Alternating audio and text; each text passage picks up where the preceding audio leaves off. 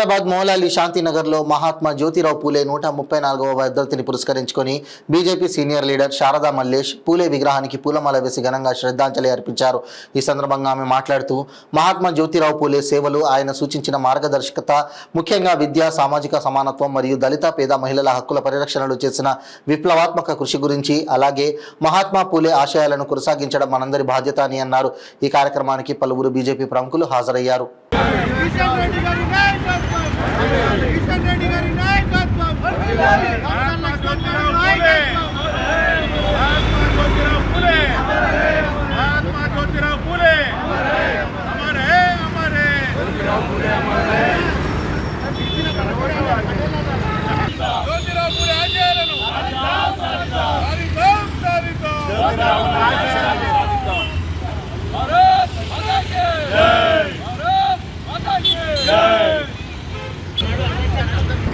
జయంతులు అనగానే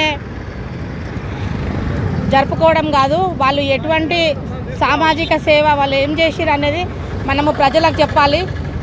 జ్యోతిరావు పూలేకి మహాత్మా అంటే ఇద్దరికే ఉంది. మన ముందు ఈయనకి జ్యోతిరావు పూలే గారికి మహాత్మా అని వచ్చింది, తర్వాత గాంధీ గారికి. ఆయన బడుగు బలహీన వర్గాలకి వాళ్ళ అభ్యున్నతి కోసం ఎంతో సమాజంలో మార్పు రావాలి, స్త్రీలు ముందుకు రావాలి, అంటరానితనము అన్ని వర్గాల్లో కూడా అన్ని రంగాల్లో కూడా వాళ్ళు ముందు ఉండాలని చెప్పి జ్యోతిరావు పూలే ఎన్నో సామాజిక సంస్థలను స్థాపించి వాటి ద్వారా సంఘాన్ని సంస్కరించాలని ఆయన బయలుదేరిండు.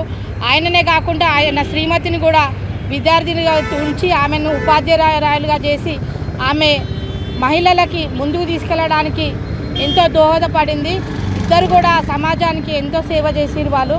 అందుకే వాళ్ళని మనము గుర్తు చేసుకోవాలి. ఆయన ఆశయాలు కానీ ఆయన కృషి కానీ మనము ఈ ప్రజలకు వీళ్ళందరికీ కూడా చెప్పాల్సిన అవసరం ఉంది. భారత్ మాతాకి జై. 131 వర్ధంతి చేసుకున్నాం. ఆయన సంఘ కార్యకర్తగా ఉన్నారు. ఆయన విడో మహిళల కోసం చాలా పాటుపడ్డారు. ఇప్పుడు మనము ఇప్పుడుండే జనరేషన్లో ఇప్పుడు పాత వాళ్ళు ఎంత కృషి చేశారో అలా మనం కూడా ఇప్పుడు వాళ్ళ ఆశయం తీసుకొని మనం కూడా కృషి చేసి మన దేశాన్ని చేద్దామని కోరుతున్నాం.